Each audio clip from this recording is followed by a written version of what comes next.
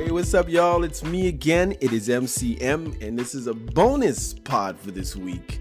I know sometimes I throw in all like 5 or 6 of them, and sometimes I just do one, or it depends how I feel. If I don't see enough thousands on those plays, then maybe I don't do anything. So anyhow, here we go.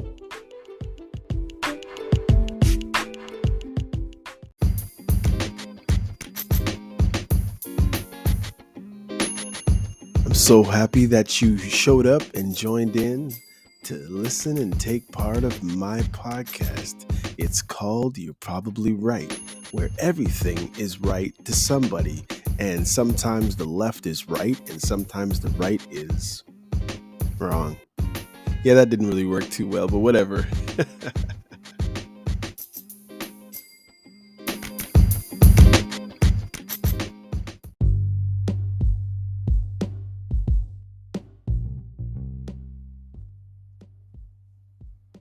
All right, y'all. It's MCM, and this is You're Probably Right podcast. I'm so happy that you're here. You're welcome at my house. Say it anytime. But don't bring your tail over here and show up at my house. I'm just figuratively speaking, you know what I mean? All right. Okay. My last podcast, I kind of left some of y'all short. And some of y'all were short of my messages, letting me know that you weren't too happy that I didn't get into the anger by showing me anger, that I didn't talk about anger. So guess what? Today, we're talking about anger. Okay, so I'm going to read a teaching on anger by R.C Sproul. And I'm doing this because, first of all, it's a good teaching. Second of all, the first time I tried to listen to R.C. Sproul, I wasn't able. Actually, I tried to listen to him 2 times, and I just wasn't able to take it. Sometimes our voices just don't make it for other people. But recently, I've been listening to it, and I'm cool with that.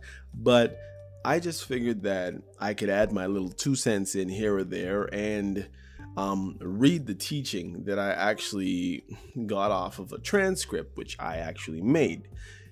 Therefore, has nothing to do with therefore. Listen, I'm going to read this transcript. I'm going to do my best to read it and kind of speak it so it sounds like it's fluid and it doesn't sound like I'm reading. But of course, you know where I got my education, so that may not happen. So bear with me. As I said, it is a transcript, so you might see me stop at some point trying to figure out what the heck he was saying because, the computer generated transcript may not have generated it accurately. Okay, so I'm going to do my best. This is all about anger, what to do with your anger, what to do with other people's anger. I don't know why I'm eating these candy canes lately. Maybe because they're all on sale or something. You know what I mean? Anyhow, I know it's rude. I'm sorry. But you know what? I am really happy that you've joined in to listen to me again. I'm actually shocked with the amount of people that are listening to me especially on Apple Podcasts for some reason. It's been amazing. And I really, really, really appreciate it. If you can, if you are listening on Apple Podcasts and you do appreciate my work here, then if you could rate me. Funny enough, with all of the listens I've had, I only have 1 rating. And I saw it on Google. I'm like, oh, that's pretty cool. Just speaking of which, here's a joke for you.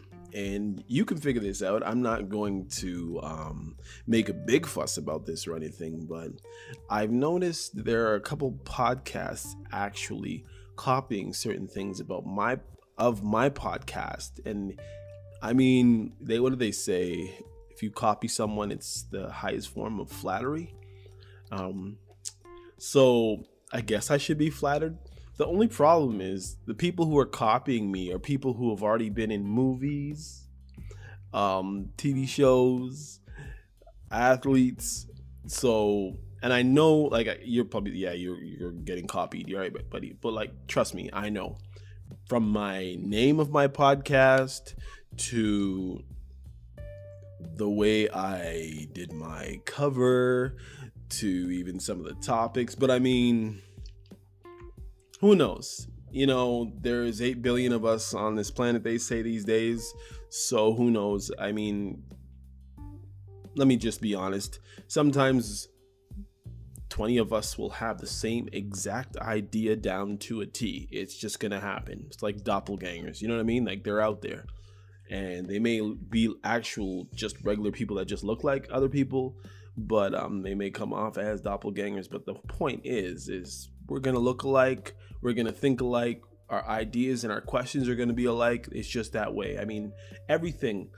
For instance, and I know I'm not getting onto my topic yet, but you got time, right?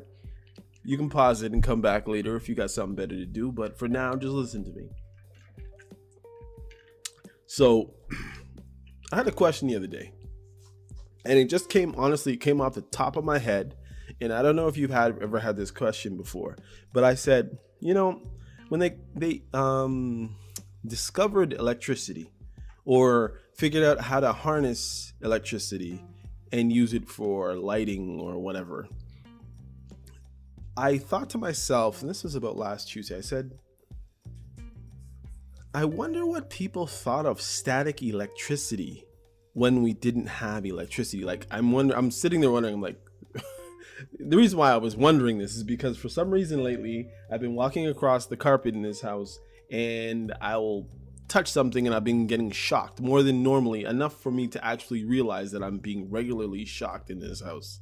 They say that I should turn on a humidifier. I did that, left it on the whole night yesterday, the other day. I was fine throughout the evening, the night, and then once it was off in the morning, I was getting shocked touching light switches and computers and stuff like that. And I was like, man. But honestly, back to the point, I'm saying, can you imagine? Like, I mean, listen, like, I know in your house there's lights. Most of you. Oh, great. Dog's barking. But I know that in most of your houses there's lights. There's computers, there's TVs, there's fridges, and all kinds of different stuff going on that's working off of electricity, right? And you see the lights and it's all normal. But I'm saying, could you imagine? You've never turned anything on by any type of generator or any kind of switch. The only light you've ever seen, besides a flickering flame at a fire or a barbecue, whatever, is maybe, what do you call them? Those little bugs. Those what do you call it? Light bugs? Whatever they are. The little bugs that some people, I think in some countries, they call them peenie-wallies. Really weird, but they're little green fireflies, and that's one thing. That must have been freaky enough. But could you imagine you walking across something or just have a certain material on you, and all of a sudden you touch somebody and it shocks and you see the actual spark in the darkness? I would imagine that would have freaked people out. But that's just me. Anyhow, the point is then I Googled it. I said, what did people think of static electricity when we hadn't even harnessed it or supposedly discovered it yet? And there was some interesting answers on the internet, which I found pretty interesting. So anyways, that was the one thing. So anyhow, I'm going to get to this. It is about anger. I'm going to tell you a story, and then R.C Sproul here is going to tell you a story. Or actually, I'm going to read his first, and then I'll tell you mine. So I'm going to do my best to read it. As I said earlier in one of my other episodes, is I did go to public school, and I was in special ed for a certain number of years in those schools for different reasons. Maybe not the correct ones, but it is what it is. And I'm here now, and I'm reading to you. So good luck on listening. I'm going to do my best, okay? Let's see if I can make this thing larger. That might help my old eyes. Okay. Sorry for the candy. It's almost done. I just need the little sweetness, Sometimes you just need a little sweetness. Okay. During the summer, when I was in college, I worked in a hospital outside of Pittsburgh, and after every work day, I would drive downtown Pittsburgh to pick up my mother from work and drive her home. I really need to finish this candy. And traffic was always congested. leaving the city and going across the bridge, and we would go across the Liberty Bridge and enter into these tunnels that went under Mount Washington, called the Liberty Tubes. Narrow 2-lane tunnels. You go through the tunnels, and after you come out of the tunnels, the thing widens. Imagine this in your mind's eye. The thing widens into 6 lanes for a right turn lane to go straight and also to turn left. You know, kind of like we do in most cities. Anyhow, and if you came out of the tunnel in the left lane, imagine yourself in the left lane, people, or the left lane of the tunnel, you had to turn left, and if you came out on the right lane, you had to turn right. You couldn't turn left in that right lane. You had to go right no matter what. You get the idea. You were not allowed to get into the left turning lane, the left turn like, well, for some reason, this particular day, I got stuck in the right-hand lane, and the tunnel came through, the right-hand lane, and the tunnel came through the tunnel to the other end, and I saw that the light was green about 100 yards up in front of me. Okay. So I darted left. Okay. So you remember, he's not supposed to do that. He darted left, and where I wasn't supposed to go. And just as I got to the light, it turned red, and I had to stop. And I looked in my rear view mirror, and there was a policeman who was standing at the edge of the tunnel. Oh boy. That day was a motorcycle cop, and he was overweight, and he saw me make the darting move into the left lane from the right, and he started running towards my car, and I could see him, and I could see his face getting redder and redder, and the steam coming out of his ears, if you can imagine. And he came up to my car, and he took his fist and he pounded on my roof of my car. And I opened the window and said, "What do you think that you're doing?"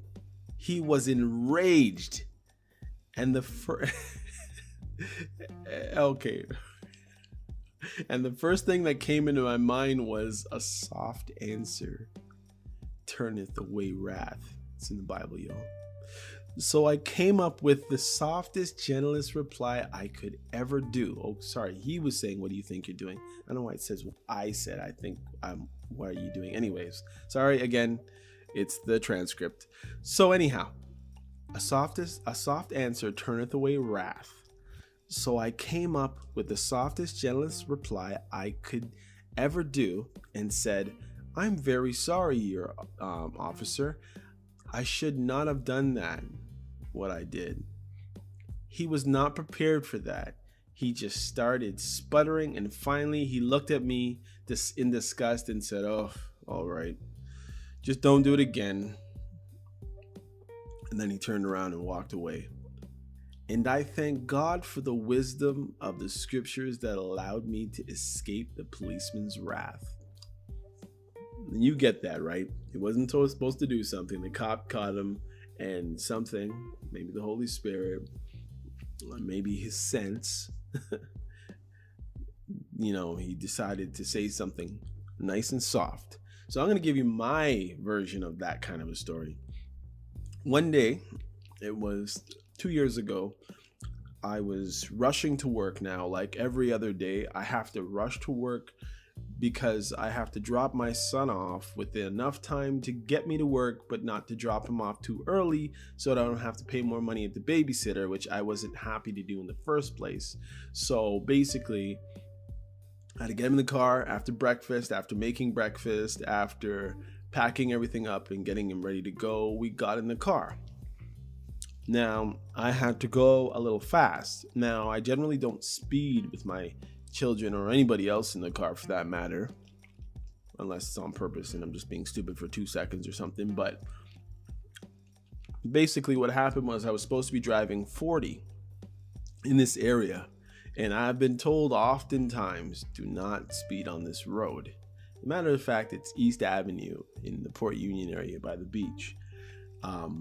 I'm going up the hill, going down the hill, and I didn't put my seatbelt on because I honestly, this morning, I did not have time. And I mean, how long does it take? For some stupid reason, sometimes we just think that we don't have enough time to put our seatbelts on. And I am encouraging you, please, when you get in your car, put your seatbelt on right away. Okay, so imagine I'm driving, I'm going up a hill, I'm going down a hill, and my speed's gaining a little bit. I mean, it's a 40 zone, it's a school zone, so I think I might have been doing 47, 53, here, there, slowing down. Anyhow, I come down the hill and I need to turn left into the street. I need to go to the babysitter. But unfortunately, just beyond the crosswalk where I'm turning left, a policeman is calling me, waving me in to come to him because I was speeding and he had the radar on me. I said, oh boy, I can't, like, this is in my head because my kid's in the back car. I'm not really talking to him. I'm talking to myself. I'm saying, I cannot drive where you're telling me to come to you, Mr. Officer, because my seatbelt's not on. So I had to play slick. I don't know what told me to play slick, but I had to try to play it off because, I mean, speeding is one thing. I can take the speeding ticket, but also driving without my seatbelt, not a good look. So what ended up happening was I swerved like I was gonna turn left, and he was freaking out, like livid. And I only did that, and you can imagine if you're driving in your car, I swerved to the left with the steering wheel. With my right hand, I grabbed my seatbelt and pulled it back with the steering wheel and clicked in my seatbelt as I turned right towards the officer because he was on the right side of the road. Hopefully you got that in your mind's eye.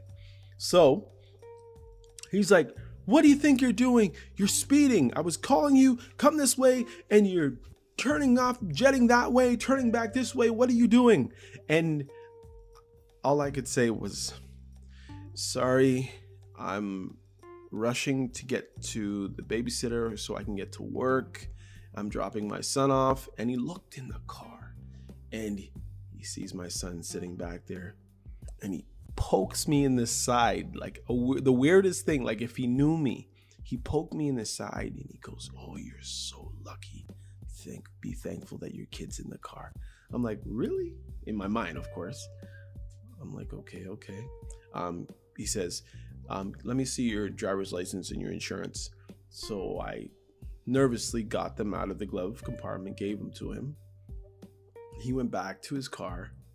He comes back out a little while after, and I said, as mad as this guy was, I thought I was getting the book thrown at me. I thought I was going to probably end up having to walk my kid to the babysitter because they were going to impound my car for the weirdest moves that I was pulling on the street that day. And he just gave me a ticket that was the lowest ticket you could possibly get. And he said nothing about the seatbelt, which he did make mention of, which I forgot to say. He did say that he noticed that I wasn't driving my seatbelt. So I didn't get away with even that part of the thing. But the whole thing was, all I said was, sorry. And I explained exactly what I was doing, and he understood.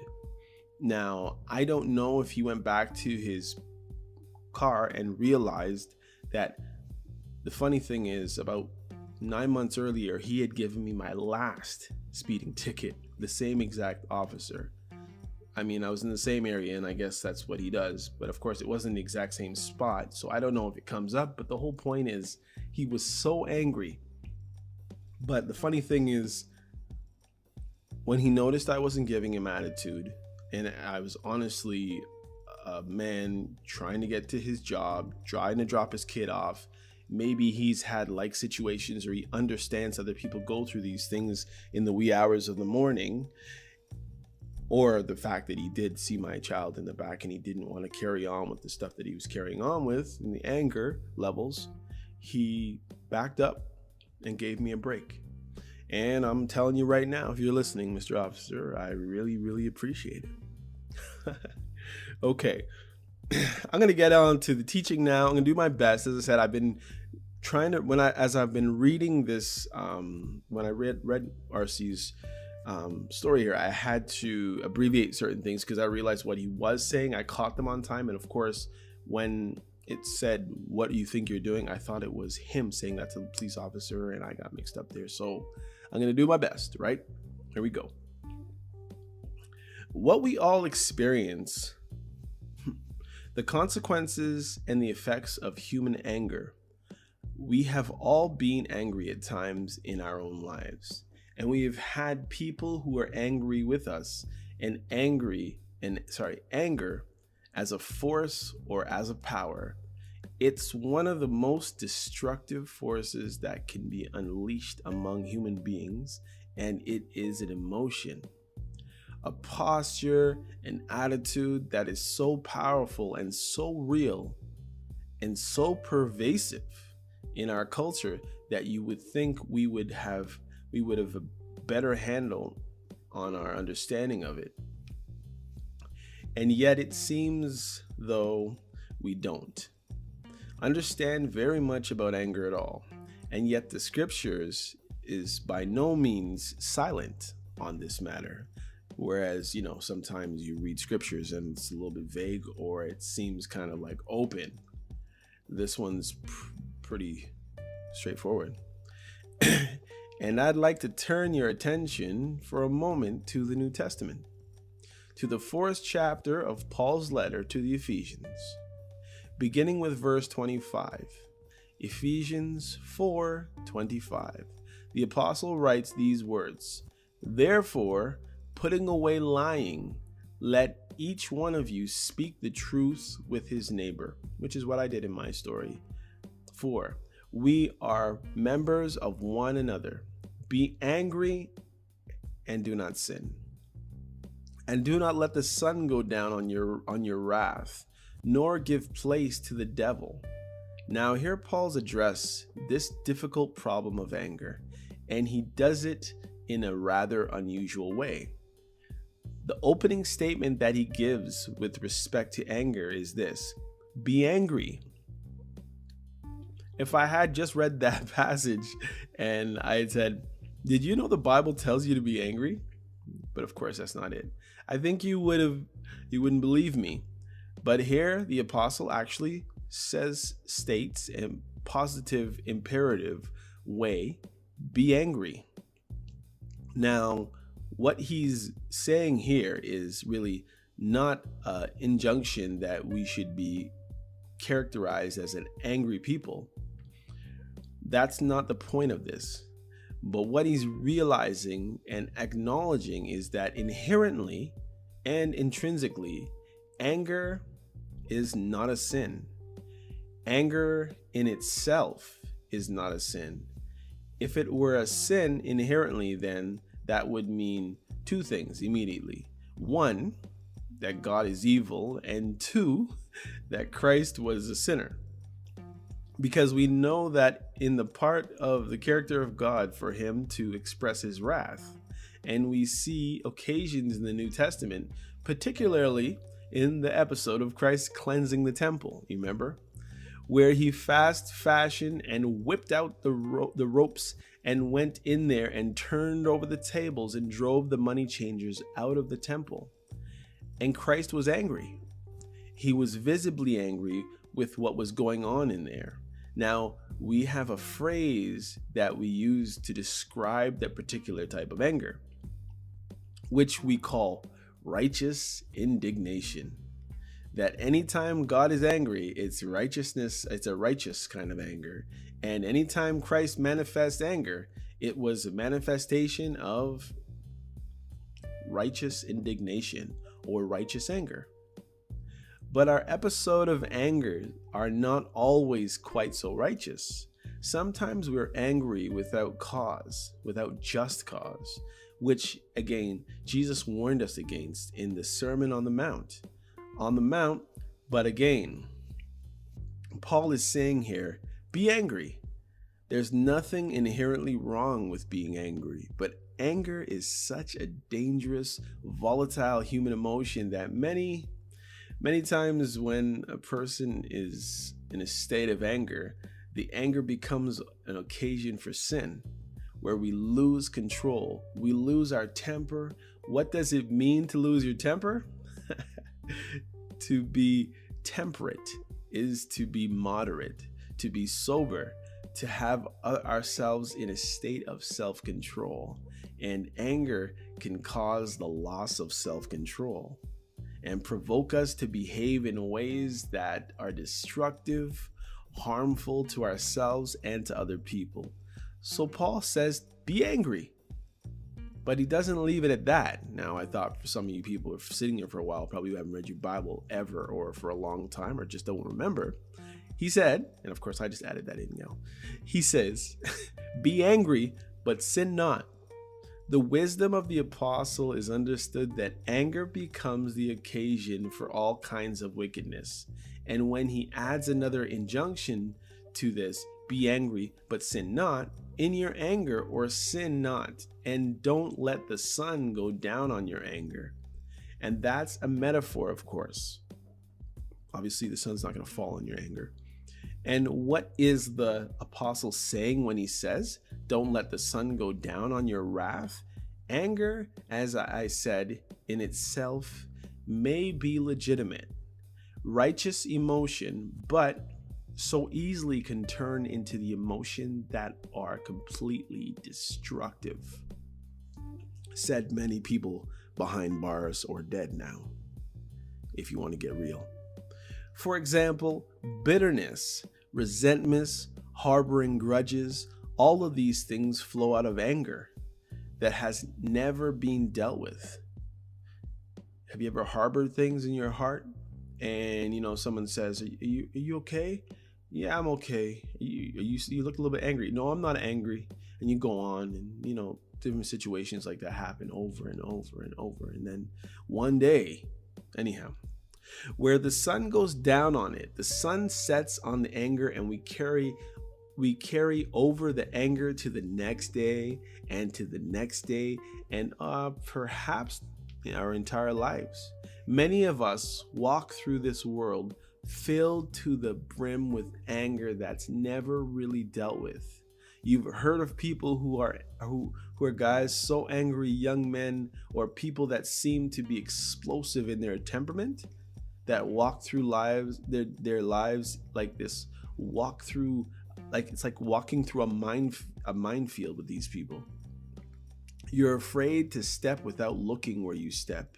You have to walk on eggshells. You ever heard that? Walking on eggshells. There's a book. Walking around them because they're so explosive. They're so temperamental. There's so much anger in them. So they never dealt with the anger in the first place, obviously, because they're sitting with it. And it's seething behind or underneath the surface.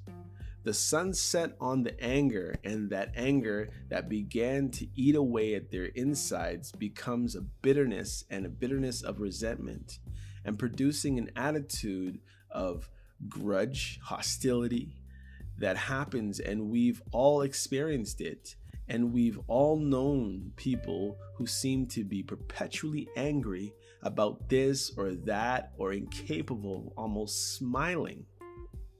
Now, I'm going to tell you something, and right in this juncture, something that I shouldn't have done. I definitely shouldn't have done it, but I did it. And it was me driving down the road. I'm keeping the speed limit. I'm one of those drivers who know how to, I guess it's like a sports mind. I don't know, some of you guys will probably kind of understand what I'm saying, but if I want to get into a lane, I won't make it obvious. I realize, I watch people's body language in their cars when I know somebody wants to cut in front of me. So there's certain things that I don't do to not allow the person in front of me to know that I want to get in front of them, especially if I can kind of sense that they don't want me to get in front of them. So what I did one day as I was driving down the street, minding my own business in Toronto here, and this guy was kind of moving up on my right side, and I needed to get in that right lane because the guy in front of me already was just dragging it, and I was going to pick up my cousin who had just flown in from England a few months ago. And I told him that I would be there at 7:15 or something like that. And I'm a person, I try to be punctual.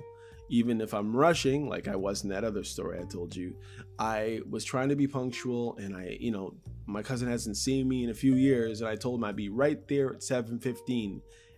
Funny thing is, I had no clue of the infrastructure change in the heart of Markham to Unionville area, and I ended up fascinated by all the new buildings, if you've been in that area, but it was slowing me down.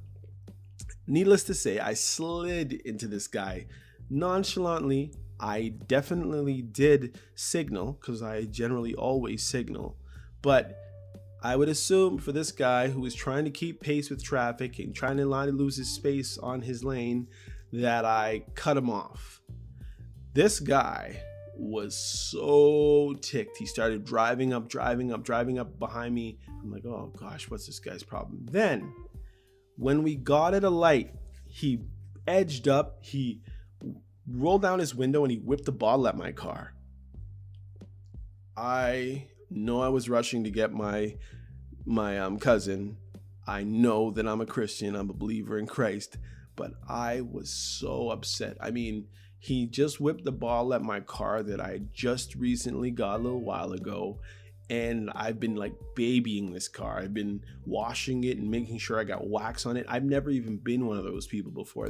Here I am, and this guy just whipped a water bottle at my car. Now, it was a plastic water bottle, but there definitely was a lot of water in it. So yes, that can dent your car.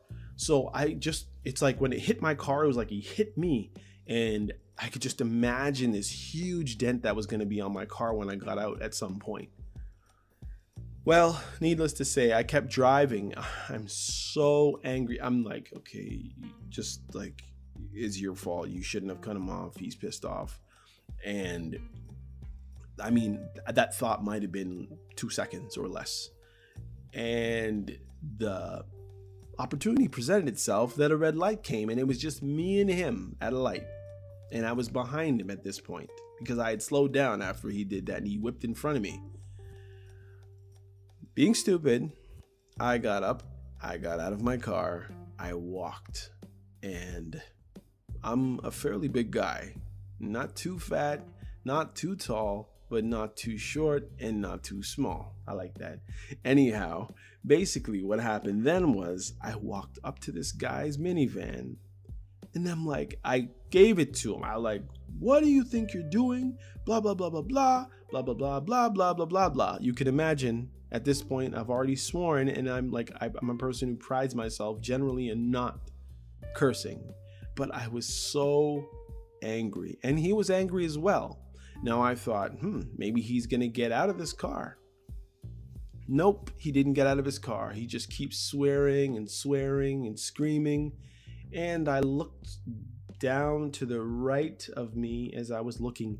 I'm standing right at his driver's side window. And what do I see? A 3 or 4 year old kid in the car.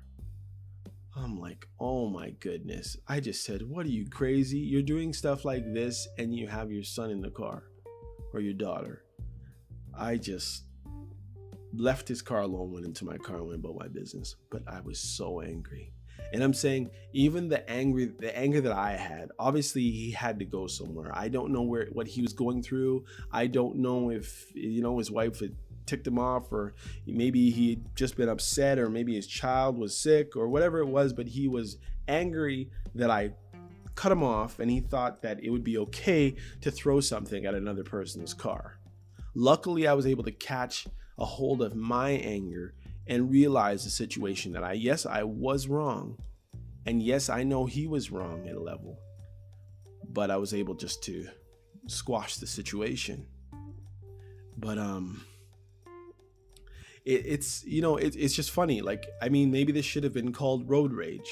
I can tell you another story, but I think I've told it before, where I stopped a fight.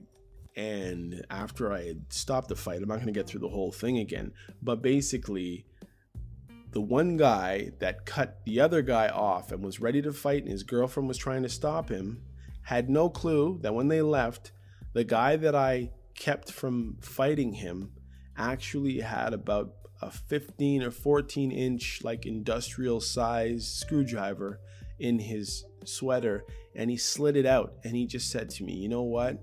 That guy is so lucky you came. He had no idea. So basically, that would have been one of those stories that we would have read about on the 6 o'clock news, and they would have been looking for that guy who stabbed up that guy and his girlfriend, possibly. But by the mercy of God, as a matter of fact, I had just gone and bought something to be able to record my podcast on, and that's why I happened to be out that day. And it was during the heat of COVID, when there was hardly anybody on the roads those days, and there was all kinds of violence in the city for some reason.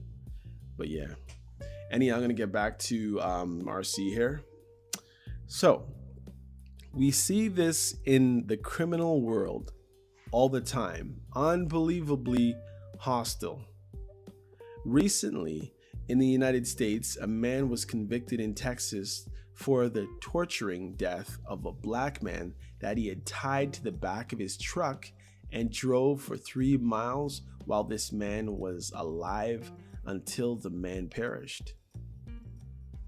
I know we know about stories like this, just as we're getting to Black History Month. It's funny here. And after George Floyd and all these different things, it's been happening. But yeah, this is R.C. Sproul's words, by the way. I'm not trumping up anything. Trumping, anyway. And there was no remorse in this man. Instead, just bitter venom coming from the convicted killer's miles as he was led away in manacles to the prison door, I guess. All those that they put on your shackles on your feet. He yelled obscenities to the judge and to the courtroom, still overflowing with anger even after this terrible, incredibly wicked act of destruction on another human's life.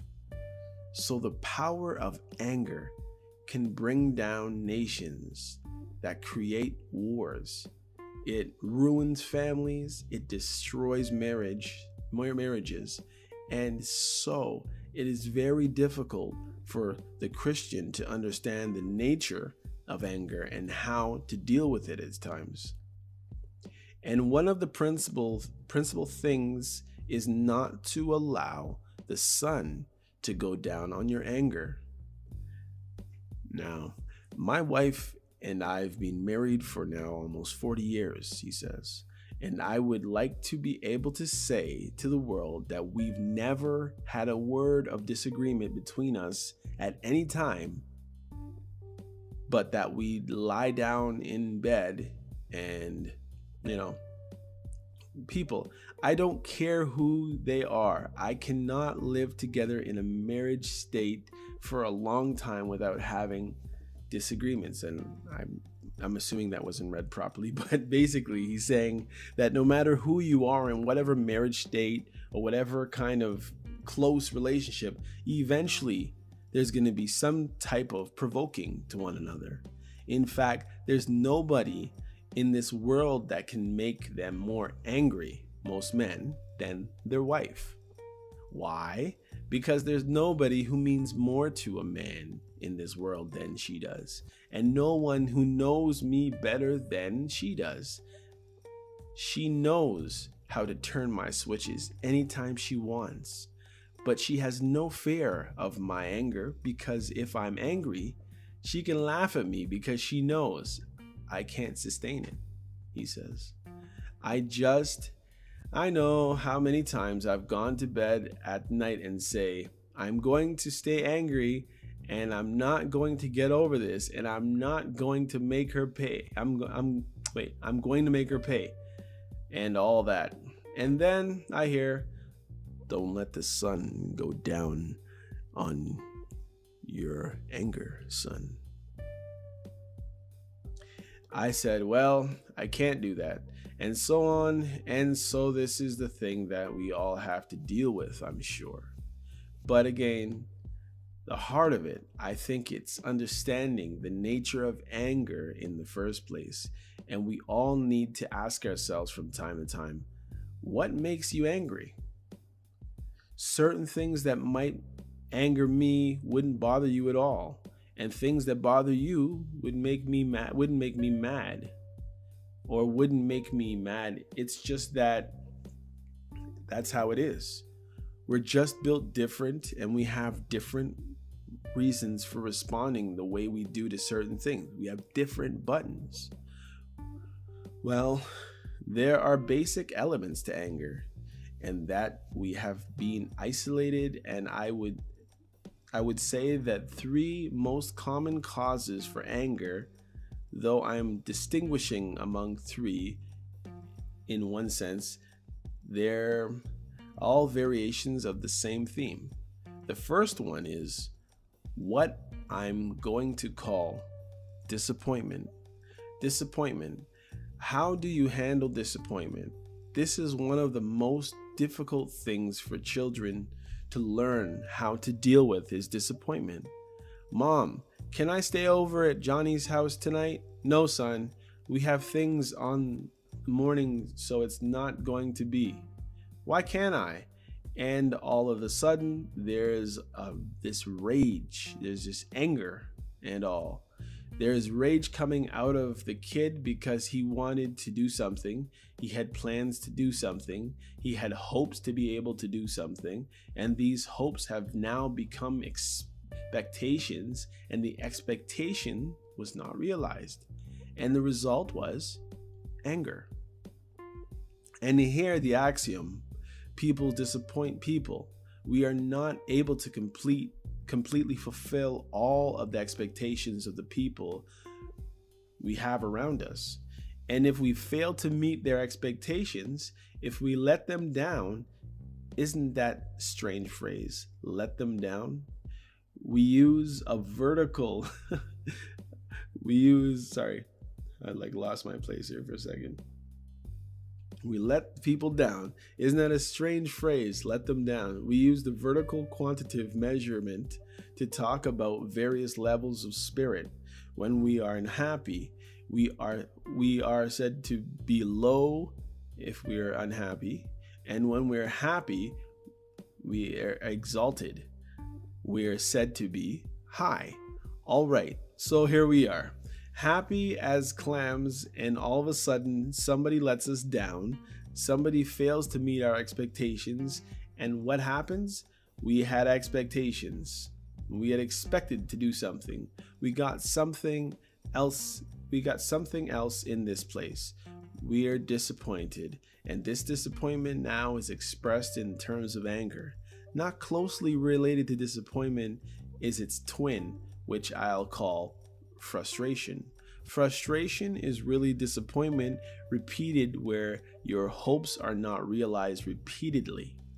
And it's one thing to hope for something, right? But have it not come to pass, but you're a little bit disappointed, but you're not angry yet. Then the same thing happens the next day, and the next day, and the next day, and the next day. And then after that, pretty soon you're frustrated. You want to see how that works? Watch an infant. Get him one of these play school benches or they have a little workbench. Give it to them, give it to the child, the toddler, and they'll have a round hole and a square hole, rectangular holes and triangle holes. And the child has a little wooden mallet, and he has to put these little blocks in their round and square cylinder in all the rest. And the name of the game is what to put the square peg in the square hole, the round peg in the round holes. Now I've sat and I've watched little infants play this game for long periods of times and be absolutely amazed at their patience initially, where you see the little child pick up the square peg and try to pound it in a round hole, and it hits it, and he hits it, and he hits it, and it doesn't go in. He doesn't give up. They'll hit it again. He'll hit it again, and watch me. But you know what's going to happen. You know what's going to happen. A few moments, he keeps doing that. Pretty soon, he starts wailing. He throws the mallet, kicks the bench, scatters the blocks. Why? Because he's frustrated. He failed to achieve his goal. Now, hockey is a sport that is different from any other sport. Some fans say that they went to a prize fight and in the middle of it, a hockey game broke out. Yeah. Yes, hockey is has more fighting than any other sport. And that's true because I played a lot of hockey. But we frown upon fighting in professional sports generally. It's a terrible thing to see a fist fight break out in a baseball game or a basketball game or a football game. But sometimes you will see fisticuffs erupt in baseball, Major League Baseball. When does it usually happen? Let's take football, for example. And you've seen melees and brawls break out in a football field. Let me tell you this, you almost never see a fight break out in a professional football game. These are highly disciplined professional athletes who are engaged in a physical contact that they've learned how to handle and adjust throughout the whole game. You've almost never seen a fight break out in the first quarter or in the second quarter. 11 people realize. So generally what happens the third quarter and then a fight erupt. I tell you when they erupt. There we go. 11 guys realize that they no longer have hopes, and this is usually in the fourth quarter. One side winning, the game of frustration has just taken over the one side, and something happens and a frustration erupts and is expression of anger and violence. So generally you'll see most of the fights in professional football happen late third quarter, fourth quarter, because somebody has realized they're not going to win. So if you see somebody who's angry, you might want to check and see what was the goal or the desire or the hope that they had, their dream in their life that wasn't realized, that left them in that state of frustration, disappointment, which then turned to rage. These are the two most frequent causes of anger. They're in now third cause of the anger is really still part of the same thing. And I want to focus on this because this is the essence of it. Here we go. It's pain and hurt. Pain or hurt. Somebody walks up to you and slaps you in the face. Chances are that's going to make you mad. It hurts to be slapped across the face. Somebody knocks you over because you scraped your knees. That might make you angry because the person has inflicted pain upon you. But here is a simple matter of understanding physical pain. But we all know that there are other kinds of pain besides physical pain.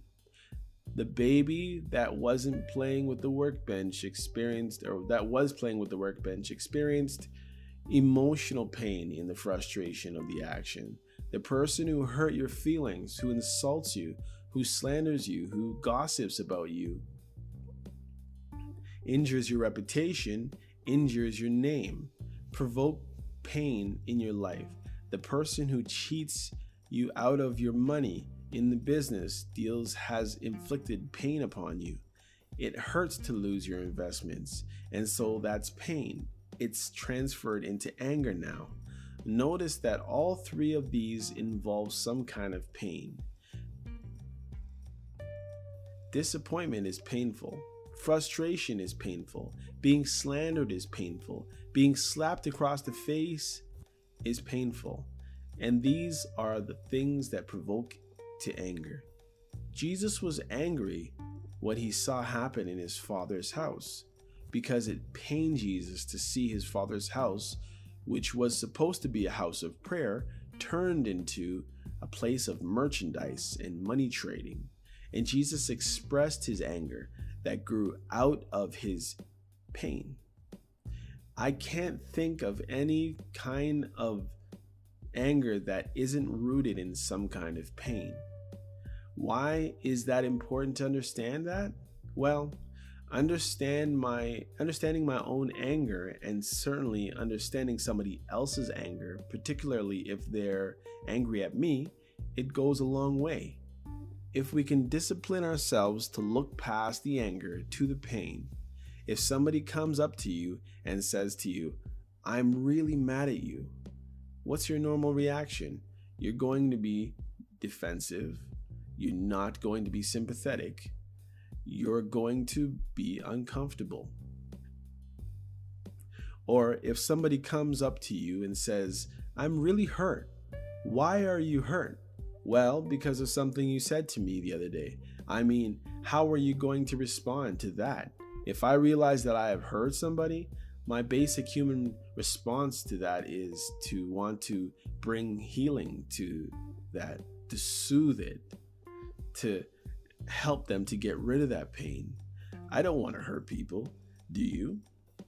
I don't want to inflict pain on other human beings. And so if somebody comes to me and says to me, "I'm really hurting," say why. Well, it's because of something you said. Oof. Then all of a sudden start getting mad at myself instead of that person. But if a person comes on to me in a rage, I don't want to hear it. And if they become abusive, I don't want to listen to them, because now they're inflicting pain on me and I don't understand it. And angry response provoked angry responses until the anger begins to escalate and the war starts. Where if we can just get past anger, look behind the anger, look underneath the anger to see where the pain is, because it's always there. It is always there, and a person may feel pain in unjustifiable way. As I said, people have unrealistic expectations. Somebody might come to you and come up to me and say, "I'm mad at you." "Why are you mad at me?" "Well, because I called your office and wanted to play golf with you, and your secretary said you were too busy, and I'm really ticked about it. So I'm sorry, I don't want to offend you, but whatever gave you the idea that you could just call my office and have my secretary schedule a golf game with you? You may be worried that, and you expected your desire to be fulfilled, but you had no right to just have those expectations." And sometimes we create our own pain, we create our own anger by illegitimate expectations. But still, it's important for us to understand it so that we can understand our own anger and understand other people's anger. Guys, I'm going to stop there. This was really, really interesting. Actually, maybe I'll just finish it. Let me finish it. They had an expectation. Maybe it was legitimate expectation, and I failed to meet their expectation, and the weight of the responsibility on my head, we actually do offend people. There's a distinction between giving offense and taking offense. Sometimes we take offense when no offense has been made, and we take offense at us when we have done nothing to offend. That's also part of human nature. But when a person is offended, they hurt. And often the response to the pain is anger. We need to understand that we all understand the way anger works in relationships and families and homes. The office, a couple kinds of anger that I want to talk about briefly are those two types of anger that I call situational anger, misdirected anger. And these also closely directed.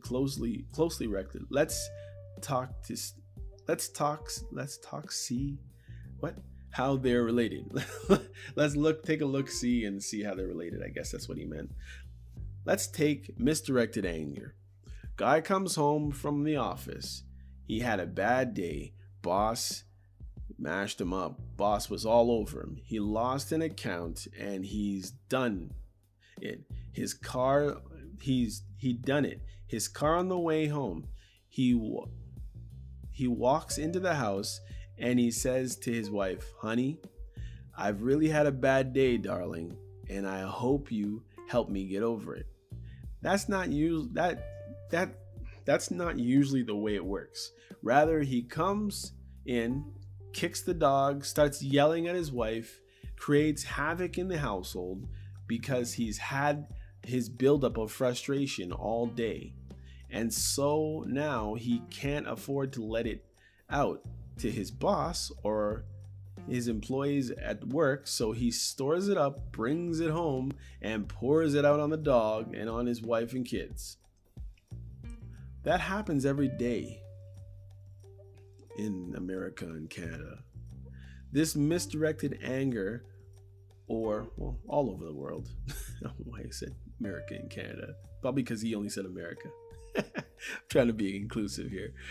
Misdirected anger, or its close relative, what I will call situational anger, where we blame people for things that they are not that are not caused by people, but accidents, or something. You walk into the house and you're standing there and the curtain falls down from the wall and drops in dirt and gets ruined because the dog ran over it or something.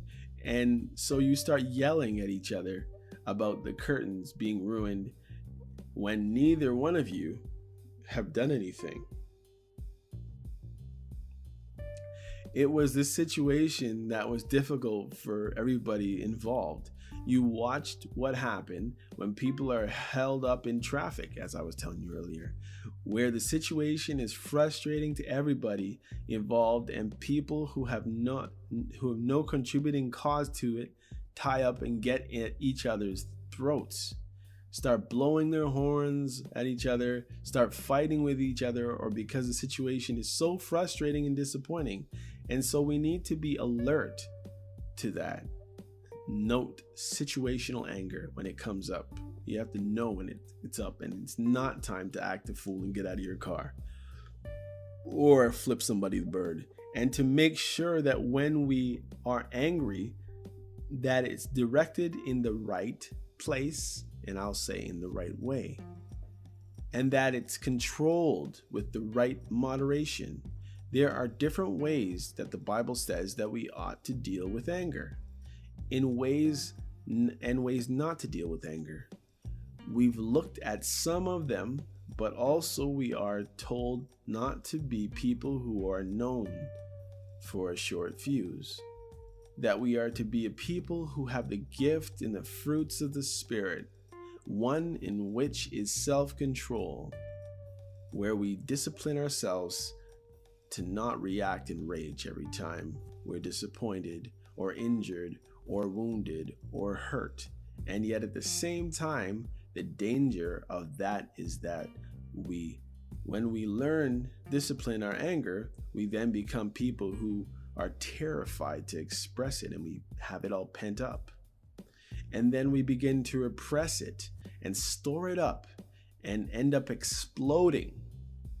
And then this happens all the time, where you see of somebody overreacting to a situation. Why is that the case? Because there's been a pent-up history that all of a sudden, the straw that breaks that proverbial camel's back, and everything is stirred up, comes bursting out. And we need to be careful about ourselves. So I'm just going to basically leave it right there. Hopefully you get it. I apologize for some of the reading. I know that some of it was my fault and some of it was the computer's fault. But I hope that the message was still clear. You can leave a message if you want. I know that you can on Anchor. I'm not sure if you can on Apple Podcasts or the various different platforms that you've been listening to. I am available for your listening pleasure on 9 different platforms at this particular point.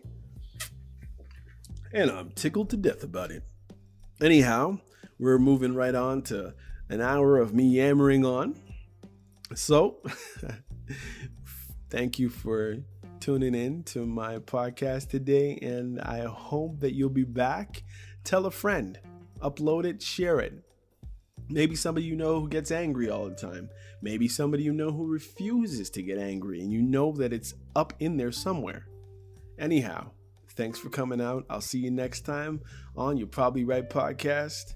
And you know what? If you argue and you disagree with what I was saying, well, you know what? You probably